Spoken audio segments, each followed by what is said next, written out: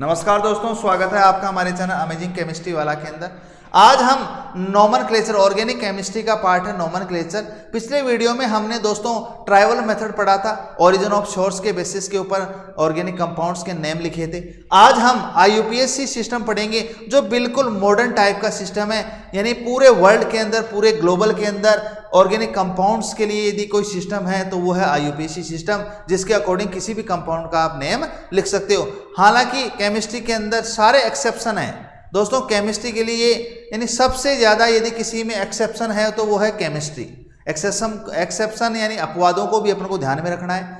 IUPAC system के अंदर हम कौन कौन सी चीज़ें, बेसिक चीज़ें आज लेंगे। IUPAC कहाँ से आया, IUPAC का ऑफिस कहाँ पर है। तो दोस्तों हम चलते हैं IUPAC सिस्टम के अंदर।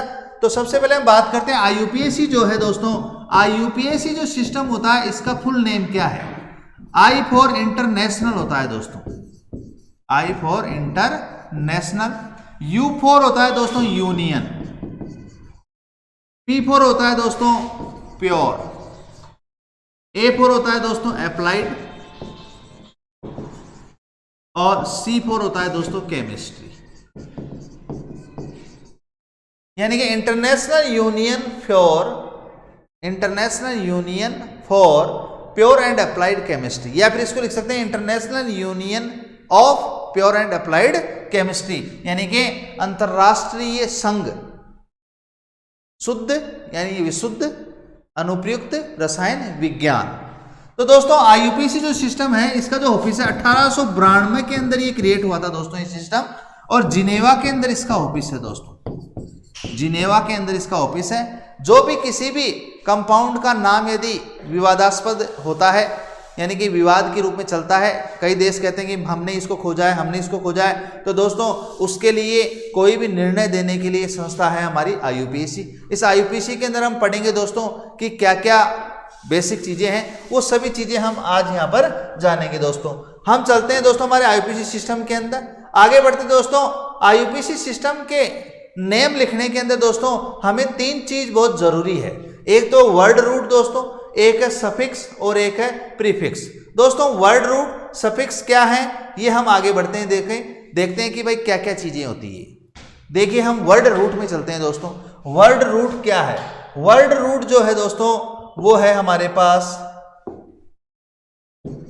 इसका दूसरा नेम क्या है ये भी आप जानिए दोस्तों।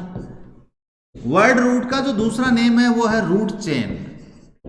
रूट चेन दूसरा इसका नेम है हिंदी के अंदर जनक हाइड्रोकार्बन। इसको जनक हाइड्रोकार्बन भी बोलते हैं दोस्तों, जनक हाइड्रोकार्बन। तो दोस्तों वर्ड रूट जो है या रूट चेन है, कोई भी कंपाउंड लिखा हुआ है, जैसे इसके अंदर कंपाउंड लिखा हुआ है CH3 CH2 CH CH3 CH3, ये हमारे पास कोई कंपाउंड है दोस्तों। इस रूट चेन का मतलब क्या है, ये जो कंपाउंड है इसके अंदर हमें कार्बन से कार्बन जुड़ी, यानी कार्बन से कार्बन अटैच हुई हुई कोई भी लॉन्ग से लॉन्ग चेन आपको क्या करनी है दोस्तों, ढूंढनी है।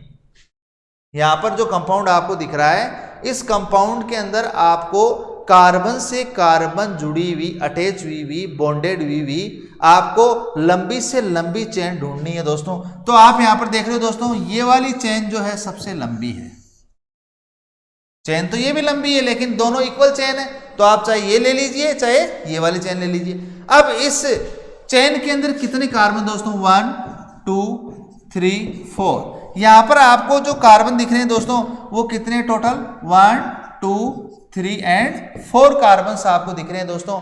तो ये जो 4 कार्बन की चेन है, 4 कार्बन की जो चेन है दोस्तों, यही आपका वर्ड रूट है।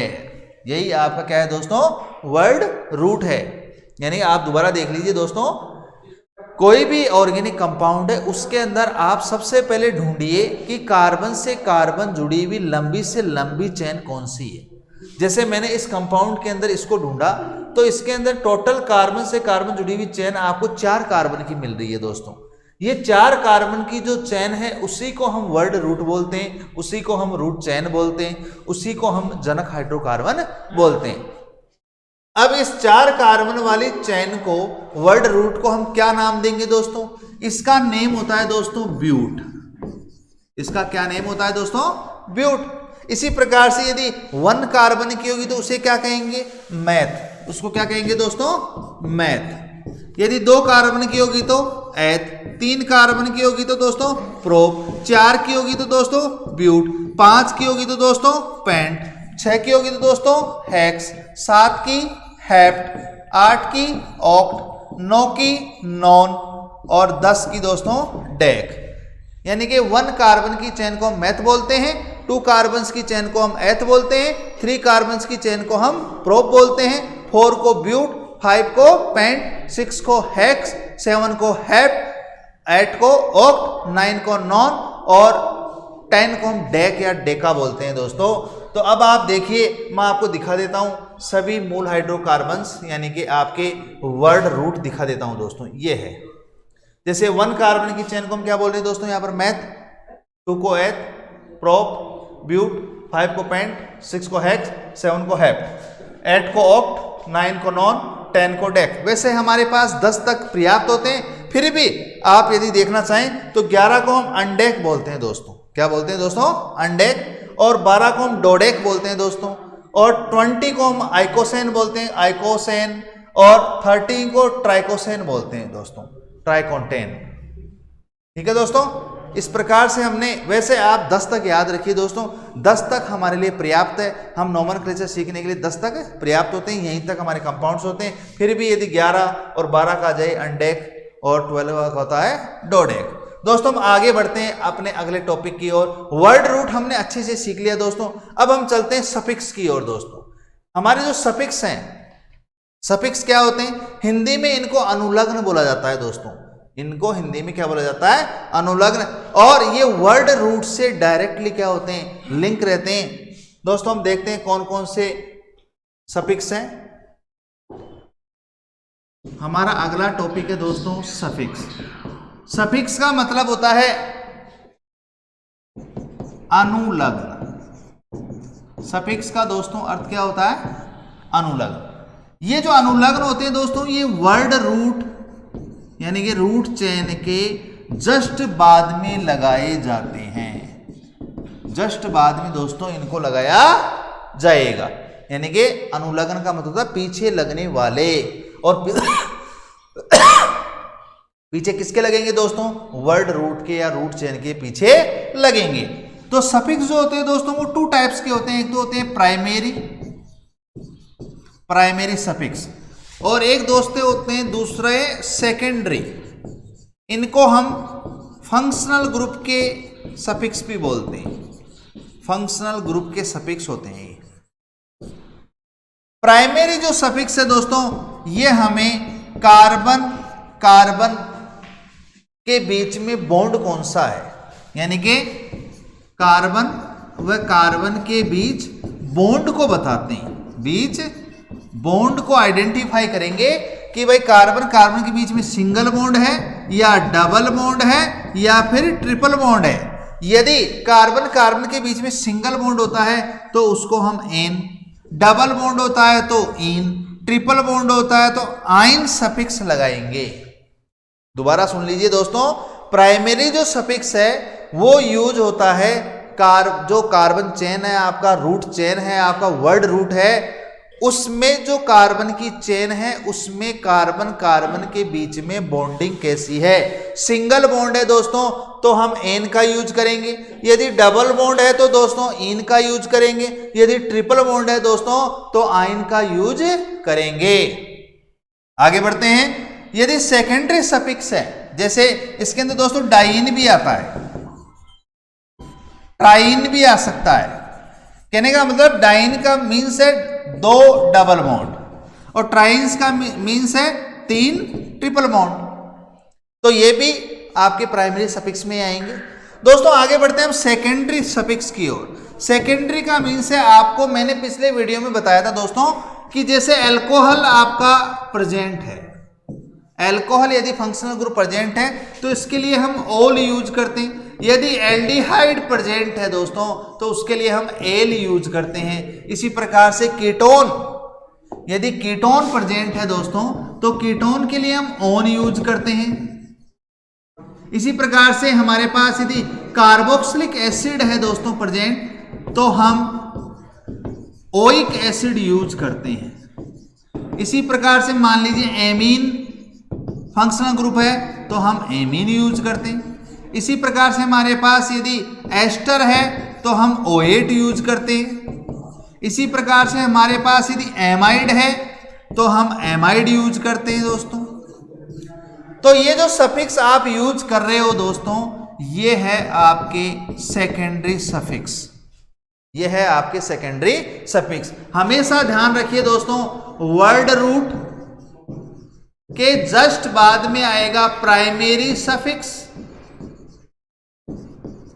यानी कि एन इन आइन, और उसके जस्ट बाद में आएगा सेकेंडरी सफिक्स यानी कि फंक्शनल ग्रुप का सफिक्स यानी कि अनुलग्न आएगा।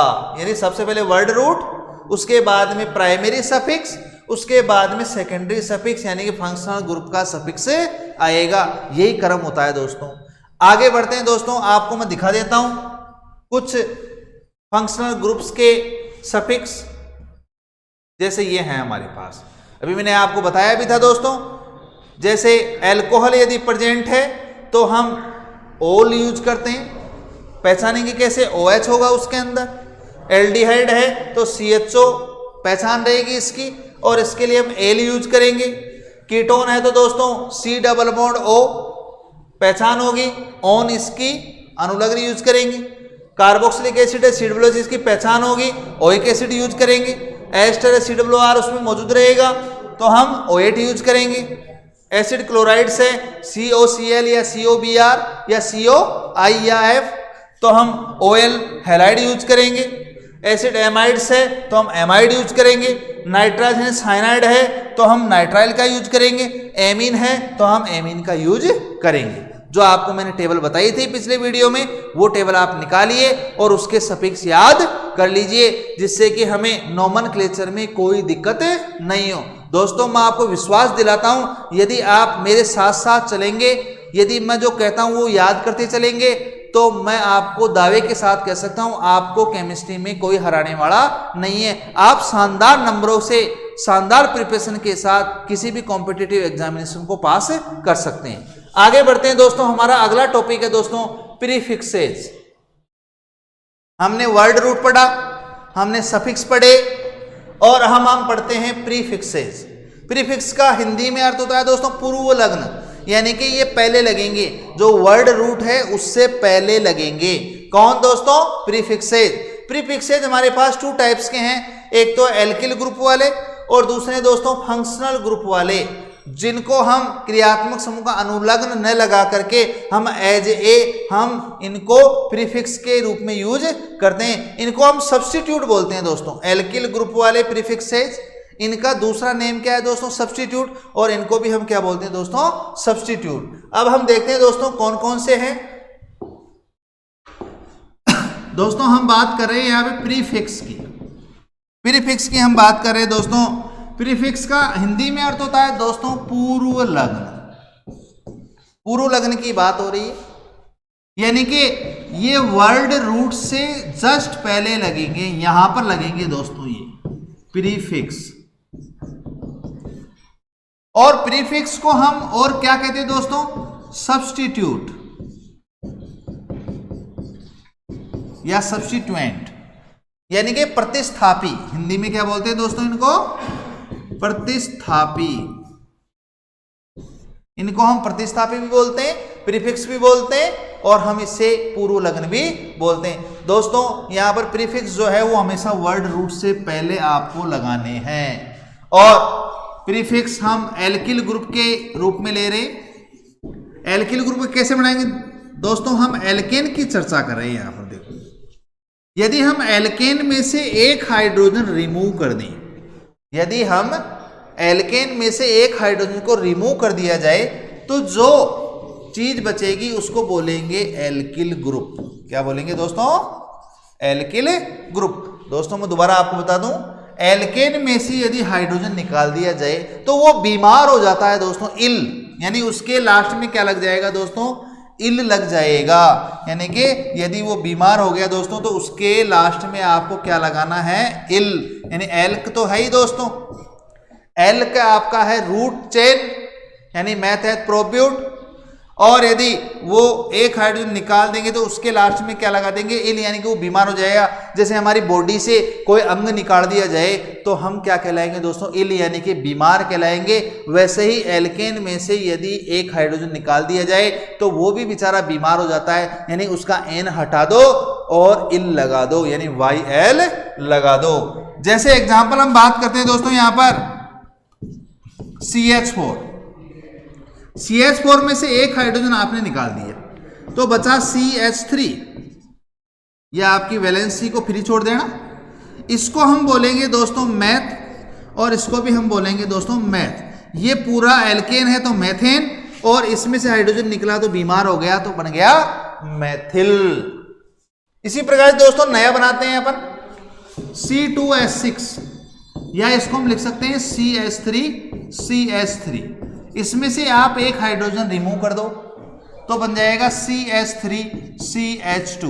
तो ये जो ग्रुप बना है वो है एथेन, तो इसको हम बना देंगे एथिल। इसी प्रकार से CH3 CH2 CH3, इसको हम बोलते हैं दोस्तों प्रोपेन। इसमें से एक हाइड्रोजन आप निकाल दीजिए, बच जाएगा CH3 CH2 CH2। ये जो बना है दोस्तों इसको हम बोलते हैं नॉर्मल प्रोपिल, या इसको प्रोपिल भी बोल सकते। नॉर्मल का मीन्स है यहां पर सीधी चेन है दोस्तों, नॉर्मल चेन है तो इसको नॉर्मल प्रोपिल भी बोलते हैं, और दोस्तों आप इसको प्रोपिल भी कह सकते हैं। IUPAC में इसको स्वीकार कर लिया गया है, नॉर्मल प्रोपिल आप इसको कह सकते हैं।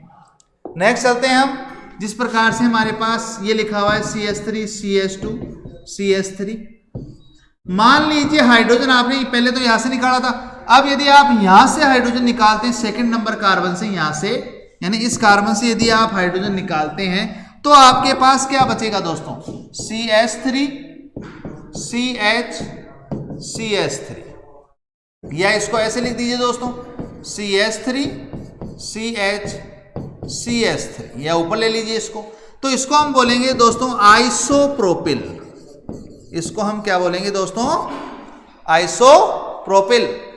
देखा होगा आपने नेम्स के अंदर आइसोप्रोपिल लिखा हुआ होता है, तो ये आइसोप्रोपिल यही है दोस्तों, या तो ये या फिर ये। आगे बढ़ते दोस्तों हम CH3 CH2 CH2 CH3, इसको हम बोलते हैं दोस्तों ब्यूटेन।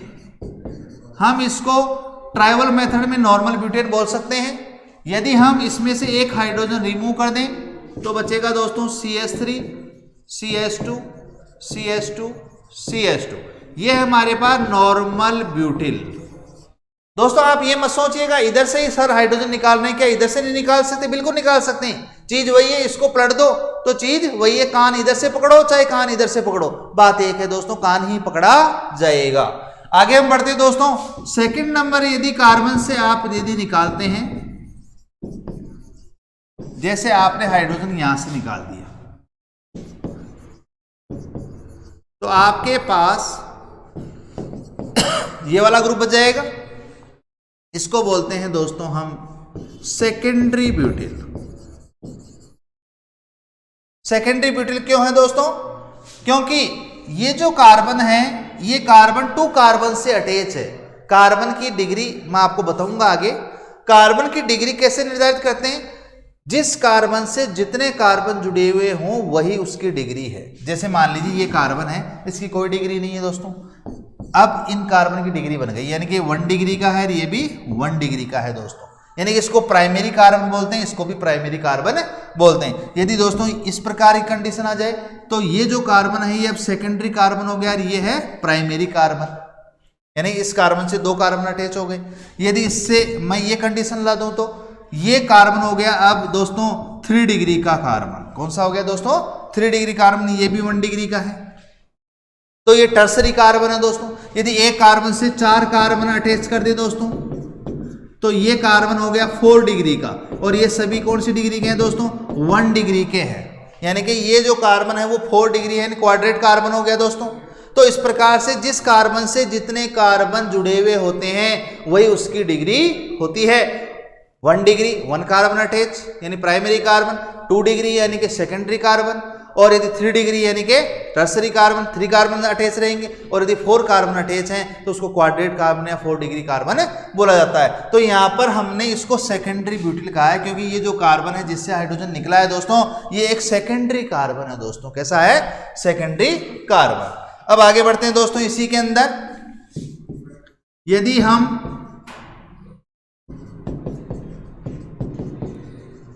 ब्यूटेन है, यदि हम हाइड्रोजन जो है इस प्रकार से निकालें, या फिर दोस्तों एक बार रुकिए आप, यदि हमारे पास ये है कंडीशन, ये कंडीशन है, ये आइसोब्यूटेन है दोस्तों, आइसोब्यूटेन। यदि इसमें से हाइड्रोजन निकल आ जाए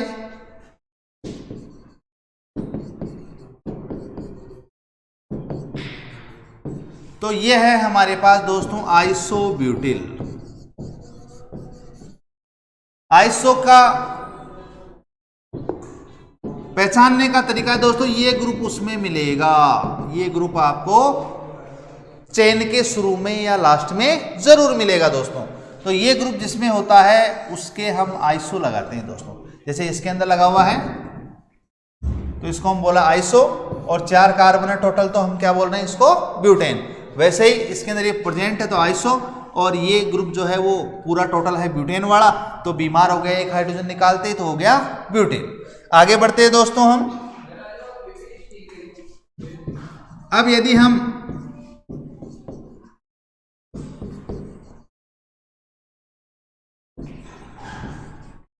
जो हाइड्रोजन है वो इस कार्बन से निकाले दोस्तों, किस कार्बन से? इस कार्बन से, तो हमारे पास क्या कंडीशन आएगी दोस्तों?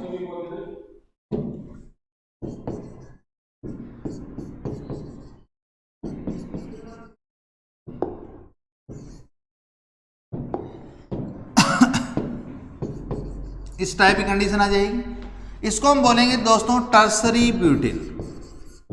क्यों बोला टर्सरी ब्यूटिल? आपको समझ में आ गया होगा, क्योंकि इस कार्बन से कितने कार्बन अटैच हैं? 3, तो इसको 3 डिग्री कार्बन बोलेंगे। और 3 डिग्री कार्बन से यदि हाइड्रोजन निकलता है तो उसको हम बोलते हैं टर्सरी ब्यूटिल। कौन सा ग्रुप है ये दोस्तों? Tertiary butyl. आगे बढ़ते हैं दोस्तों। इसी प्रकार से हम, जैसे हमारा ये बेंजीन है दोस्तों, इसको हम ये ऐसे भी लिख सकते हैं, ब्लैक ले लेते हैं दोस्तों, C6H6। यदि इसमें से हाइड्रोजन निकल आ जाए तो बचेगा फेनिल, या इसको हम ऐसे लिख सकते हैं C6H5। दोस्तों जो मैं ये ग्रुप्स बता रहा हूं इनको बिल्कुल कंठस्थ कर लेना दोस्तों, ये बहुत काम के हैं। आगे बढ़ते हैं दोस्तों। हमारे पास अगला कंपाउंड है मेथिल बेंजीन या टोलुइन। इसको मेथिल बेंजीन भी बोलते हैं और टोलुइन भी बोलते हैं। इसमें से हाइड्रोजन निकालिए तो हमारे पास बच जाएगा, इसको हम बोलेंगे दोस्तों बेंजिल। इसको हम बेंजिल बोलते हैं दोस्तों। आगे बढ़ते हैं दोस्तों हम।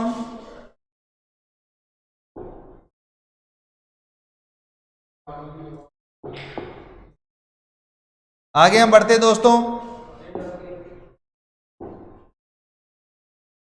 हमारे पास अगला जैसे ये है हमारे पास, इसको बोलते हैं हम एथीन या एथिलीन। इसमें से हाइड्रोजन निकालेंगे तो बच जाएगा CH2 डबल बॉन्ड CH, इसको वाइनिल बोलेंगे दोस्तों। इसी प्रकार से हमारे पास ये है प्रोपीन। इसमें से हाइड्रोजन निकालिए आप, इसको बोलेंगे दोस्तों एलिल ग्रुप। इस प्रकार से दोस्तों बहुत सारे हमारे पास ग्रुप हैं। इसी प्रकार से मान लीजिए 5 वाला ग्रुप अपना पेंटेन वाला बहुत फेमस है। हाइड्रोजन निकालिए और कौन से कार्बन से निकालना है? शुरू वाले कार्बन से। ये है, इसको बोलते हैं नियोपेंटिल दोस्तों। इसको क्या बोलते हैं हम? नियोपेंटिल। पेंटिल, नियोपेंटिल हम इसको बोलेंगे दोस्तों। इस प्रकार से हमने एल्किल ग्रुप वाले खूब सारे क्या देखे दोस्तों, सब्स्टिट्यूट्स देखे, उनके नेम देखे। अब हम चलते हैं दोस्तों ऐसे फंक्शनल ग्रुप जिनको हम फंक्शनल ग्रुप न मानते हुए उनका सफिक्स यूज नहीं करते हैं, हम उनको प्रीफिक्स मानते हुए, हम उनको सब्स्टिट्यूएंट मानते हुए हम उनको प्रीफिक्स का यूज करते हैं। जैसे फ्लोरो, एफ के लिए फ्लोरो यूज करेंगे, Cl के लिए क्लोरो, Br के लिए ब्रोमो, I के लिए आयोडो, NO2 के लिए नाइट्रो, NH2 के लिए एमिनो। इसी प्रकार से NO के लिए nitroso, N double bond N के लिए डाइएजो, OCH3 के लिए मेथॉक्सी, OC2H5 के लिए एथॉक्सी और OH के लिए हम हाइड्रोक्सी यूज करेंगे। इसी प्रकार से SH जो होता है उसके लिए हम मर्केप्टो यूज करते हैं दोस्तों। इसी प्रकार से सभी फंक्शनल ग्रुप के प्रीफिक्सेज भी हैं, वो किस किस कंडीशन में यूज होते हैं ये सभी चीजें हम पढ़ेंगे। तो दोस्तों हमारा जो बेसिक टर्म्स है वो हमने सीख लिए दोस्तों। अब हम ये एक एग्जांपल है दोस्तों, इस एग्जांपल में हम ये देखेंगे कि ये चीज मैंने आपको भी बताई थी, वर्ड रूट से पहले प्रीफिक्स, उसके बाद में प्राइमरी सफिक्स, उसके बाद में सेकेंडरी सफिक्स। ये हमारे पास एक कंपाउंड है, इस कंपाउंड के हम अंदर देखेंगे कि किसका प्रीफिक्स यूज करेंगे, किसका फंक्शनल ग्रुप का सफिक्स यूज करेंगे। दोस्तों ये है हमारी चेन 4 कार्बन्स की, ये जो Cl है ये एक फंक्शनल ग्रुप है बट इसका प्रीफिक्स यूज करते हैं। इसी प्रकार से OH है, ये फंक्शनल ग्रुप है, इसका हम सफिक्स यूज करेंगे।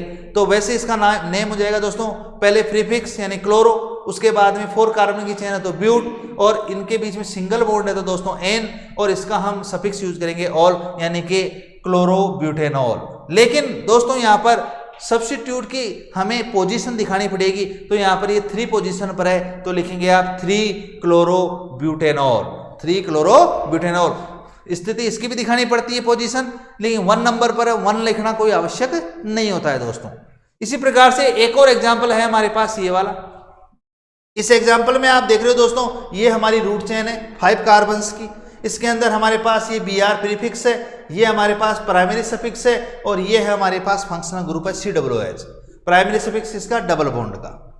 अब दोस्तों हम इसका नेम लिखेंगे तो पहले प्रीफिक्स 4 ब्रोमो, उसके बाद में हमारे पास रूट चेन कितने का है 5 का तो पेंट, फिर हमारे पास प्राइमरी सफिक्स यानी कि 2 पे लगा हुआ है इन तो 2 इन, उसके बाद में 1 पे लगा हुआ है ओइक एसिड, तो ये इसका नेम हो जाएगा दोस्तों 4 bromo paint 2 in 1 oic acid. तो दोस्तों इस प्रकार से हम अगले वीडियो के अंदर सीखेंगे कि किस प्रकार से हम नेम लिखें, किस प्रकार से हम एग्जाम्पल सोल्व करेंगे, किस प्रकार से हम सफिक्स प्रीफिक्स यूज करेंगे। Thank you.